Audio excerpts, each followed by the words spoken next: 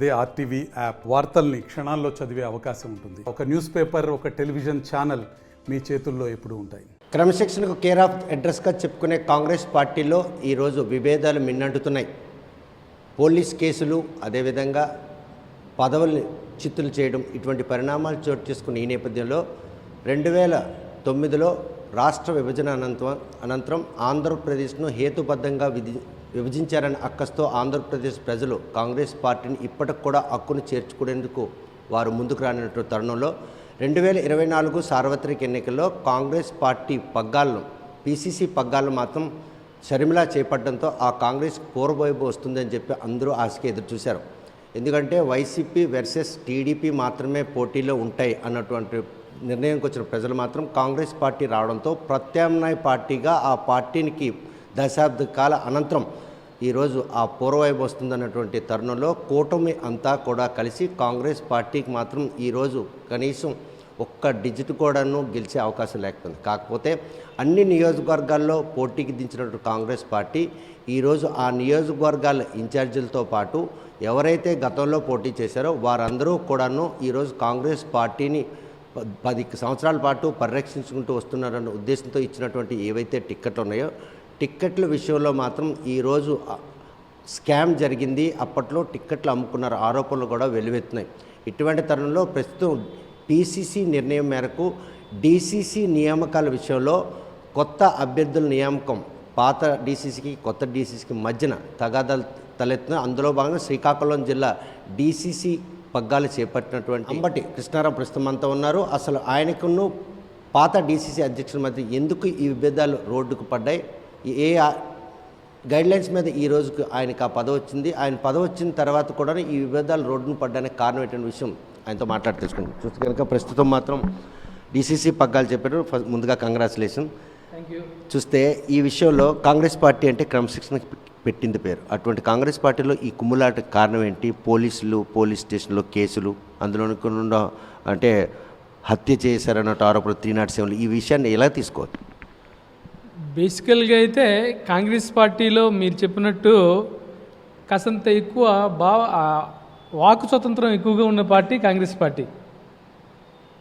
Party అసలు మనుగుడిలో ఉన్నదా లేదా అనేది పక్కన పెడితే సుదీర్ఘమైనటువంటి చరిత్ర కలిగిన పార్టీ కాంగ్రెస్ పార్టీ. కాంగ్రెస్ పార్టీలో మొదటి నుంచి కూడా నాకైతే ఓ 25 సంవత్సరాలుగా కాంగ్రెస్ పార్టీలో కార్యకర్త నుంచి వివిధ స్థానాల నుంచి నేను ఈరోజు ఈ స్టేజ్లో ఉన్నాను. ప్రతి దశలో కూడా ఓ 4-5 పీసీసీ ప్రెసిడెంట్లతో పనిచేసే అనుభవం కూడా ఉంది. ఎప్పుడూ ఈ తరహా వివాదాలు కానీ మనస్పర్ధలు కానీ రావడం అయితే జరుగుతుంది. అది సహజం, అది వాస్తవం కూడా. ఈ క్షణం ఇప్పుడైతే జరిగిన విషయం అయితే మాత్రం ప్యూర్లీ ఈ కొన్ని రోజులుగా జరుగుతున్న విషయం చూస్తే ఏదో జరిగిందన్న కుట్ర కోణం అయితే నాకైతే క్లియర్ కట్గా అనిపిస్తుంది. 7వ తేదీన మాకు బీసీసీ ఏఐసీసీ ఉత్తర్వుల మేరకు 7వ తేదీన ప్రకటించడం జరిగింది. 7వ తేదీ నుంచి 8వ తేదీ సాయంత్రం వరకును జిల్లాలో క్యాడర్ స్వతంత్రం వచ్చిన నాటి చరిత్ర నుంచి కాంగ్రెస్ పార్టీలో ఆంధ్రప్రదేశ్లో ఎక్స్పెషల్లీ శ్రీకాకుళంలో నాకు తెలిసిండి మేజర్ కమిటీలు 1-2 కమిటీలే డీసీసీ పగ్గాలు చేపట్టే తప్పితే వెల్మా సామాజిక వర్గానికి సంబంధించి ఎప్పుడూ డీసీసీ పగ్గాల్లో లేదన్నది నాకు తెలిసినటువంటి నాకున్న నాలెడ్జ్ ప్రకారం అనుకుంటున్నాను. కాంగ్రెస్ పార్టీ కంచుకోట అయిన శ్రీకాకుళం జిల్లాలో ధర్మాన్ ప్రసాద్ లాంటి ఒక కరుడు కట్టిన కార్యకర్త ఈరోజు రెవెన్యూ శాఖ మంత్రిగా అంటే కాంగ్రెస్ పార్టీ వచ్చినట్ట. అటువంటి మీరు అన్నటువంటి ఆ సామాజిక వర్గానికి అది అందం దాక్షగా మిగిలితే ఆయన ఇంత లైమ్లైట్లో రావడానికి కారణం కూడాను ఈరోజు కాంగ్రెస్ పార్టీ కదా. అవును, ఈరోజు ధర్మాన్ ప్రసాదరావు గారు లాంటి సీనియరు ఈరోజు కాంగ్రెస్ పార్టీని స్టేట్ లెవెల్లో 2 దఫాల అధికారంలో ఉండడానికి జిల్లాలో కాంగ్రెస్ పార్టీ కీలక పాత్ర పోషించినటువంటి వ్యక్తి ధర్మాన ప్రసాదరావు గారు. పార్టీ కూడా ఆయనకి అంతగానే సపోర్ట్ ఇవ్వడం కూడా జరిగింది. అటువంటి సందర్భంలో కూడా జిల్లాకి డీసీసీ అనేది ఈ సమాజ వర్గం ఎప్పుడూ నిరసించలేదు. యాక్చువల్గా మీకు నేను పత్రికా ముఖం ఒక విషయం తెలియజేయాలి. నేను కూడా డీసీసీని ఊహించలేదు. నేను కలలో కూడా డీసీసీ అవుతాననే ఆలోచన కూడా నాకు లేదు. అది యాదృచ్ఛికంగా వచ్చింది తప్ప ఇందులో ఏ ప్రయత్నం కూడా లేదు. ఆ క్రమంలో మా నుంచి నా సహచరులు, నాతో పాటు నాకన్నా సీనియర్లు పనిచేసిన వాళ్ళు కూడా కాంగ్రెస్ పార్టీలో నన్ను అభినందించకపోవడం చాలా మనస్తాపానికైతే నేను గురయ్యాను. అనూహ్య పరిణామాల నేపథ్యంలో మీకు డీసీసీ పదవి వరించింది. ఇది పీసీసీ తీసుకున్నటువంటి నిర్ణయం, షర్మిల నిర్ణయం మేరకే మీకు డీసీసీ పదవి లభించింది. ఏఐసీసీకి దీనికి ప్రమేయం లేదు, నిజమేనా? ఏఐసీసీ ప్రమేయం లేదని నేను చెప్పను. ఏఐసీసీకి ప్రమేయంతోనే ఏ పదవైనా వస్తుంది. కానీ నిర్ణయించడంలో మాత్రం పీసీసీ పాత్ర ఉంటుంది. అది ఇప్పుడే కాదు, మరి మీ అందరికీ తెలిసిందే. గతం వచ్చిన డీసీసీకి ఎలాగొచ్చిందో కూడా అంతకుముందు వచ్చిన డీసీసీకి ఎలాగొచ్చింది. ఏదైనా సరే via PCC throw AICC decision అంతే తప్పిస్తే ఇక్కడ త్రో ఏమీ ఉండదు. అది అందరికీ తెలిసిన విషయం. సార్వత్రిక ఎన్నికల్లో ఈరోజు అభ్యర్థులు కేటాయించిన తర్వాత, బడిలో దిగిన తర్వాత పార్టీ పరంగా ఎక్కడ కూడా ఆర్థిక పరిపుష్టి కల్పించకపోవడంతో ఈ విషయంపై పీసీసీ షర్మిలపై ఏఐసీసీకి ఫిర్యాదు చేసిన క్రమంలోనే డీసీసీ నియామకాలు కొత్తగా చేపట్టారు. అందులో భాగంగానే అంబటి కృష్ణకి ఈ పదవి వరించింది. కాదు, అదైతే కాదు. ఎందుకంటే టిక్కెట్లు నేను ఏదైనా ఉన్నాయని టిక్కెట్లు నిర్ణయించినప్పుడే పీసీసీ నుంచి మాకు స్పష్టమైనటువంటి ఇన్స్ట్రక్షన్స్ అయితే జరిగింది. పార్టీ ఆర్థిక సహాయము అందించదని వెరీ క్లియర్ కట్గా చెప్పడం జరిగింది. దానికి సమ్మతి అయిన వాళ్ళే టికెట్కి అప్లై చేసుకున్నారు, టికెట్ తీసుకున్నారు. తర్వాత క్రమంలో పార్టీ అందించలేదన్నది అది సెకండరీ. నేనైతే అది అనుకోవట్లేదు. పార్టీ కష్టకాలంలో ఇటువంటి తరుణంలో నిన్న సార్వత్రిక ఎన్నికల్లో తమదైన శైలిలో ఆర్థిక పరిపుష్టి పార్టీ కల్పించకపోయినా తమకున్న దాంట్లో ఖర్చు పెట్టుకొని ఈరోజు అభ్యర్థిగా నిలబెట్టి పార్టీని మాత్రం పదిలంగా కాపాడు వారిపై వేటు వేసే విధంగా ఇటువంటి చర్యలు చేపడుతున్నారంటే ఏ విధంగా తీసుకోవచ్చు? ఇది కూడా మీకు 3 ముచ్చటగా ఉండబోతుందా, లేకపోతే ఈ 5 ఏళ్ల పాటు మీరు డీసీసీగా కొనసాగే అవకాశం ఉంటుందా? సార్ అడిగారు, మంచి క్వశ్చన్ వేశారు. దీనికే నేను క్లారిటీ ఇవ్వాల్సినటువంటి సందర్భం. నేను ఈ క్షణం నాకు ఈ పదవి పోయినా నేను హ్యాపీగా ఆనందిస్తాను. ఇది నాకు భారమే.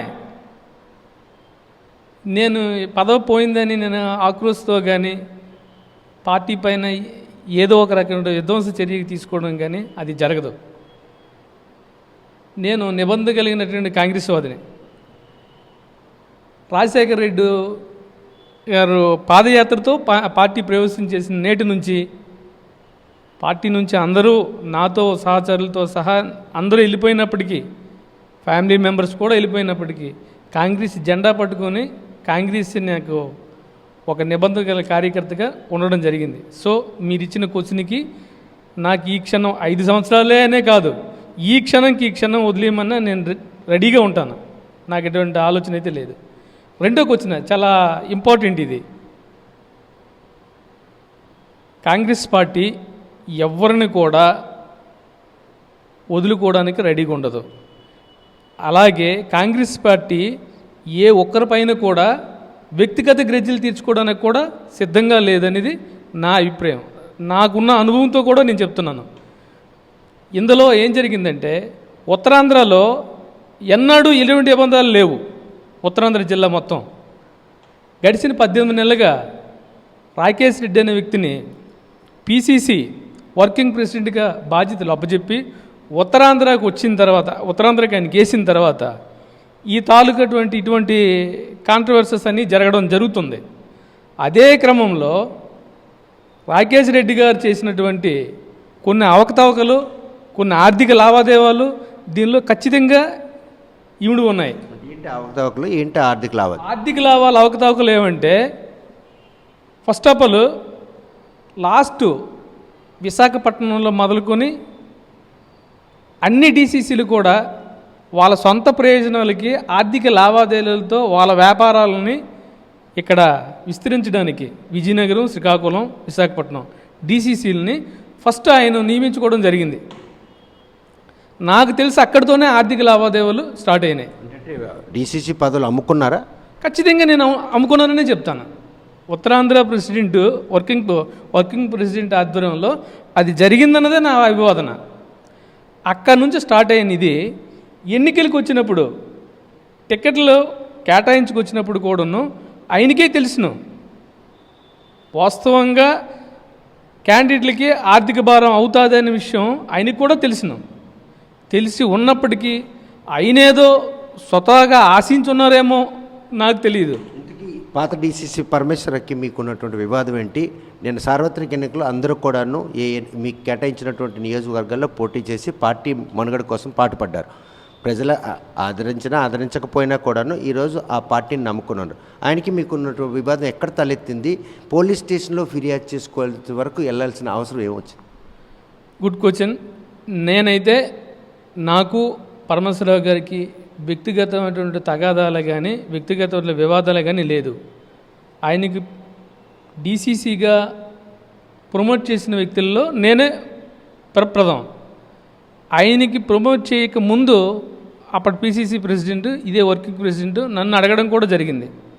నాకున్న అటువంటి బిజీ షెడ్యూల్ వల్ల నా వ్యాపారం ఇచ్చే వల్ల నేను చేయలేను ఎప్పుడు అని వెరీ క్లియర్ కట్గా చెప్పడం జరిగింది. ఎవరిని సూచించండి నన్ను అడిగితే ఎవరినిచ్చినా నేను సపోర్ట్ చేస్తాను. అప్పటికి నాకు ఆయన పేరు నాకు తెలియదు, ఆయనతో నాకు పరిచయం కూడా లేదు, డైరెక్ట్ పరిచయం కూడా ఆయనతో నాకు లేదు.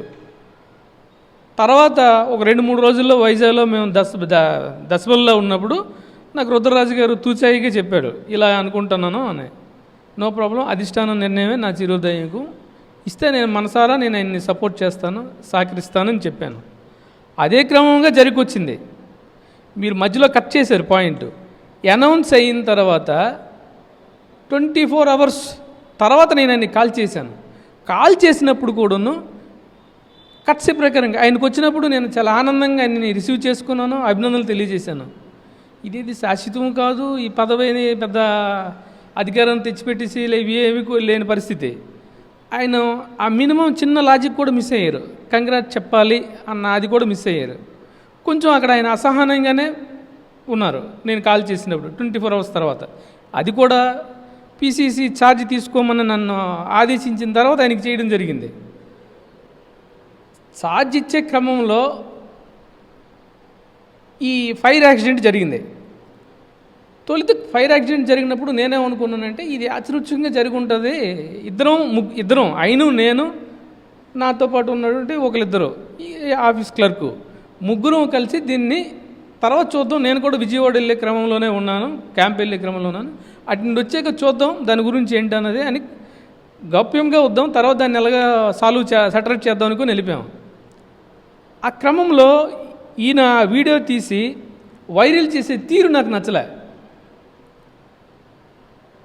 వైరల్ చేసింది కూడాను ఆ తర్వాత కూడా వైరల్ అయిన తర్వాత కూడా ఆయనకి నేను ఫోన్ చేశా, నేను ఇక్కడ లేను, కట్టకలో ఉన్నాను, ఎక్కడ ఉన్నానన్నారు. గదిలో జరిగినటువంటి ఆఫీసులో జరిగినటువంటి అది యాక్సిడెంట్లు అనుకుంటారా లేకపోతే కావాలని ఎవరైనా కుట్ర పని ఆ ఇన్సిడెంట్ క్రియేట్ చేశారు? నాకు తెలిసి నిన్న రాకేష్ రెడ్డి వచ్చి విజిట్ చేసిన తర్వాత అనిపిస్తుంది ఖచ్చితంగా ఇందులో కుట్ర కొన్ని ఉంటుందని.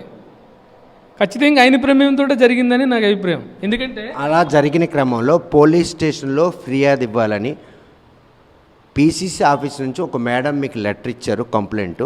ఆ కంప్లైంట్ కాపీ ఆ మేడం ఎవరు, ఆవిడిస్తే తప్ప మీకు కంప్లైంట్ ఇవ్వాలనే ఆలోచన మీకు ఎందుకు రాలి?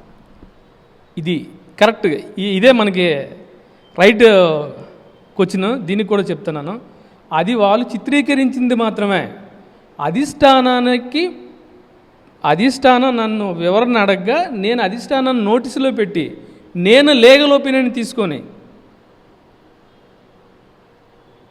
పూర్తిగా నేను నిద్ర అయిన తర్వాత నేను కంప్లైంట్ ఇచ్చానే తప్ప అధిష్టానం రిటర్న్గా రాసి ఇచ్చిందని, సెక్షన్లేసి ఇచ్చిందని అటువంటిది అయితే అది కరెక్ట్ కాదు. రాకేష్ రెడ్డి కావచ్చు, పరమేశ్వరరావు కావచ్చు, కాంగ్రెస్లో నిన్న పోటీ చేసిన ప్రతి ఒక్కరు కూడాను అది ప్రమాదవశాత్తు జరిగినటువంటి ఘటన కూడాను ఈరోజు మిమ్మల్ని హతమార్చేందుకు చేసినట్టు కుట్రలో భాగంగానే పీసీసీ గైడ్లైన్స్ మీదే ఈరోజు లక్ష్మణరావు కంప్లైంట్ ఇచ్చారు. ఆ కంప్లైంట్ కాపీ కూడా పీసీసీ ఆఫీస్ నుండి వచ్చింది. ఆ మేడమే మిమ్మల్ని ప్రోత్సహించి కంప్లైంట్ ఇవ్వమని. ఇది యాక్చువల్గా అయితే మీరు ఎలాగంటే భావించండి, 100% కూడా ఏఐసిసి పీసీసీలు ప్రమేయం కంప్లైంట్ ఇచ్చిన దాంట్లో లేదు. జరిగిన ఇన్సిడెంటు మాకన్నా ముందు స్టేట్ మొత్తం వైరల్ అవ్వడం వల్ల, వాళ్ళు దాని మీద వివరణ అడగడం వల్ల, పార్టీ ఆఫీస్ వివరణ అడగడం వల్ల వాళ్ళ నోటీసులో పెట్టి ఒపీనియన్ తీసుకొని సాక్ష్యాలు నిర్ధారణ అయిన తర్వాత ఈ వీడియో ఎవరి ఫోన్కి వెళ్ళింది, ఎవరు దీనికి వైరల్ చేశారు, తర్వాత జరిగిన పరిణామాలు ఏంటి అన్న ఆలోచన ఇవ్వకపోయి ఉంటే ఇది ఇబ్బందికరంగా మారుతుంది. నేను ఆ రోజు ఆ క్షణం నేను చూసి అంచనాకి రాలేదు. తర్వాత చూసిన తర్వాత ఆ సీను, ఆ అంచనాలు చూసిన తర్వాత భారీ స్థాయిలో నష్టం జరిగింది. ఆ నష్టాన్ని చూసి కంప్లైంట్ ఇవ్వకపోతే ఇబ్బంది నేను పడతానేమో అనే ఆలోచనతో లీగల్ ఒపీనియన్ తీసుకొని పోలీసులను ఆశీర్వదించడం అనేది జరిగింది. పోలీసులు వచ్చి ఇన్వెస్టిగేషన్ చేస్తున్న సమయం కనీసం 48 అవర్స్లో కనీసం 5-6 అవర్స్ పోలీసులు ఇన్వెస్టిగేషన్ చేశారు. ఈ వివాదాన్ని సద్దుమరిగించేందుకు ప్రయత్నిస్తున్నారా లక్ష్మణరావు, లేకపోతే పెంచేదానికి ప్రయత్నిస్తున్నారు? వివాదం అయితే ఏది సర్దుమదుగుతుందని నేను అనుకుంటున్నాను. దాన్ని పెంచే క్రమంలో ఈ ఎక్స్ వర్కింగ్ ప్రెసిడెంట్ లాంటి వ్యక్తి మీకు ఇంకొక ఉదాహరణ చెప్పాలి. ఈ వర్కింగ్ ప్రెసిడెంట్ మీరు అడిగిన క్వశ్చన్కి ఈయన తరహా ఎలాగుంటుందంటే, ఈయన కాంట్రవర్సీస్ కేర్ ఆఫ్ అడ్రస్. ఈ రాకేష్ రెడ్డి గారు అనే వ్యక్తి గతంలో పనిచేసిన పిసిసి రఘువీర్ రెడ్డితో గొడవపడ్డారు. శైలజనాథ్ గారితో మామూలు గొడవ లేదు, తారాస్థాయికి వెళ్ళిన గొడవ ఉంది. అదే తరహాలో ఇప్పుడు పిసిసి ప్రెసిడెంట్ గారితో కూడా గొడవ పడుతున్నారు. వాళ్ళ గొడవని ఈ ఉత్తరాంధ్ర నాయకులు కార్యకర్తల మీద వేసి రుద్దేసి ఇది కాంట్రవర్సీగా ఆయన పెంచుతున్నాడు. తప్పితే ఇది కాంట్రవర్సీగా పెంచాలని అసలు శ్రీకాకుళం జిల్లా అనేది చాలా ప్రశాంతతకి నిలయం. ఇక్కడ ఏమీ ఉండవు. ఇది వాళ్ళ తాలూకా రాయలసీమల వాతావరణం ఆ రాకేష్ రెడ్డి తీసుకొచ్చి ఇక్కడ ఒక వర్గాన్ని క్రియేట్ చేసి దీన్ని ఒక రకమైనటువంటి వివాదాస్ఫూర్తిగా ఆయన రాజేస్తున్నాడు. తప్పిస్తే ఇందులో కాంట్రవర్సీస్ ఏమి లేవు. నేను ఆ రోజు కూడా యాక్చువల్గా మేమందరం కలిసి కూర్చొని మాట్లాడి చేసుకుందామని చెప్పి అనుకున్నాం. వాళ్ళ సొంత పత్రికలు తీసుకొని అవి ఇది చేసి అక్కడి నుంచి నేను నిన్న తప్ప ఎప్పుడూ నేను పత్రిక ముందు కానీ ప్రెస్ ముందు కానీ వచ్చి నేను దాని గురించి మాట్లాడలేదు. నిన్న కూడా గత 4-5 రోజుల పరిణామాలు చూసుకొని నేను మాట్లాడకపోతే మళ్ళీ నేను దీన్ని ఏదో దాస్తున్నట్టు ఉంటుందనే ఉద్దేశంతో నేను చెప్పడం జరిగింది. చూస్తే కనుక ప్రస్తుతం మాత్రం ఒక సాధారణ కాంగ్రెస్ కార్యకర్తకి లోటస్ పాండ్లో ప్రవేశించే అదృష్ట భాగ్యం కలిగిందంటే అది అంబటి కృష్ణకే. అతిశయోక్తి కాదా? యాక్చువల్గా లోటస్ పాండ్ సాధారణ కార్యకర్తలకి అందరికీ తెలిసే ఉంటుంది. అది నేను అదృష్టంగానే భావిస్తున్నాను. అక్కడి వరకు రాజశేఖర రెడ్డి గారు ఉన్నప్పటి నుంచి నేను లోటస్ పాండ్కి వెళ్ళడం తరచూ అలవాటు. ఇప్పుడు కూడా మేడం గారి ఆధ్వర్యంలో లోటస్ పాండ్కి వెళ్ళడం అంటే మరి అది ఎలా సాధ్యపడింది? అది అంబటి కృష్ణ కాంగ్రెస్ కార్యకర్తగా అందరికీ సాధ్యపడుతుంది. అది సాధ్యపడదని కూడా ఏమీ లేదు. యాక్చువల్గా నేను కాంగ్రెస్ కార్యకర్తగానే నేను లోటస్ పాండ్కి వెళ్ళడం జరిగింది. అది నిజంగా నేను అభినందించినటువంటి ఇష్యూగానే నేను భావిస్తున్నాను. చూస్తే ఒక సాధారణ కాంగ్రెస్ కార్యకర్తగా ఈరోజు ఆయన రాజశేఖర్ రెడ్డి అభిమానిగా అప్పటి నుంచి ఇప్పటి వరకు కాంగ్రెస్ పార్టీని పరిరక్షించుకుంటూ వచ్చిన అనుకోని పరిణామాల నేపథ్యంలో డీసీసీ పదవి వరించింది. ఛార్జ్ తీసుకోవాలని పీసీసీ ఇచ్చినటువంటి ఆదేశం మేరకు కార్యాలయంకి వస్తే కార్యాలయాన్ని అప్పజెప్పినటువంటి తరుణంలో ఏదైతే కార్యాలయం జరిగిన ఏసీ షార్ట్ సర్క్యూట్ జరిగిన ఘటన మాత్రం పాత డీసీసీ సభ్యులే దాన్ని వైరల్ చేసి ఈరోజు ఆ ఇన్సిడెంట్ తనపై బురద జల్లే ప్రయత్నంలో తాను పోలీస్ కంప్లైంట్ ఇచ్చాను. పోలీస్ కంప్లైంట్ ఇచ్చిన విషయంలో మాత్రం పార్టీ ఆదేశాల మేరకే తప్ప కానీ ఏ మేడం కూడా తనకు కంప్లైంట్ కాపీ కానీ సెక్షన్లు కాసి ఏసీ ఇవ్వలేదని కూడా ఆయన స్పష్టం చేస్తున్నారు. ఈ వివాదాన్ని సద్దుమణిగించుకొని తాము చేస్తున్న ప్రయత్నంలో ఎవరైతే కాంగ్రెస్ పార్టీ ఉత్తరాంధ్ర ఇన్ఛార్జిగా వ్యవహరించిన రాకేష్ రెడ్డి ఉత్తరాంధ్రలో రాయలసీమ రాజకీయాలను మాత్రం ఇక్కడ బీజు వేసే విధంగా వ్యవహరిస్తున్నారు. పీసీసీలతో 10 సార్లు వివాదాలను పాల్పడినటువంటి రాకేష్ రెడ్డి ఈరోజు పీసీసీ షర్మిలాతో కూడా వివాదాలు. ఈ వివాదాన్ని రాజేష్కు ఆయన చేసిన ప్రయత్నంలోనే కాంగ్రెస్ పార్టీ నాయకుల మధ్యన చీలిక ఏర్పడింది తప్ప కాంగ్రెస్ పార్టీ మాత్రం ఈరోజు క్రమశిక్షణ కేర్ ఆఫ్ అన్న విషయాన్ని ఇప్పటికీ గుర్తిండి మెసులుకుంటున్నాం. వస్తున్నటువంటి ఈ సమస్యను మాత్రం తాము పరిష్కరించేందుకు మా ప్రయత్నాలు మేము చేస్తున్నాం. ఇలా ఏఐసి స్థాయిలో ఉన్నటువంటి రాకేష్ రెడ్డి వచ్చి ఇక్కడ కాంగ్రెస్ పార్టీలో చీలికలు చేయడం మాత్రం ఎంతవరకు సమంజసం ప్రశ్నిస్తున్నాం. పిసిసి ఆదేశాల మేరకు తనకు వచ్చినటువంటి ఈ పదవిలో పాత డిసిసి అధ్యక్షులు ఎవరైతే ఉన్నారో ఆయన కనీసం కృతజ్ఞత చెప్పకపోగా ఛార్జ్ అప్పచెప్పడంలో జాప్యమే ఈరోజు తను అప్రోచ్ అవడం జరిగింది. అది ఆయనకి గిట్టకే ఈరోజు తనపై ఇటువంటి చెడ్డ ఆరోపణలు చేస్తున్నారు. ఈ ఆరోపణలు ఎటువంటి వాస్తవం లేదు. తానైతే మాత్రం కాంగ్రెస్ పార్టీ పూర్వవైభవానికి మాత్రం తనంతగా కృషి చేస్తాను. పిసిసి ఆదేశాల వరకు తనకి ఇచ్చినటువంటి పనిని మాత్రం తాను చేసుకుంటూ వెళ్తానని కృష్ణ స్పష్టం చేస్తున్నారు. వీడియో జర్నలిస్ట్ రామకృష్ణతో సత్యం, RTV శ్రీకాకుళం. మరిన్ని వీడియోస్ కోసం ఛానల్ ని సబ్స్క్రైబ్ చేయండి. లేటెస్ట్ అప్డేట్స్ కోసం వాట్సాప్ ఛానల్ ని ఫాలో చేయండి. అండ్ లింక్ డిస్క్రిప్షన్ లో ఉంది.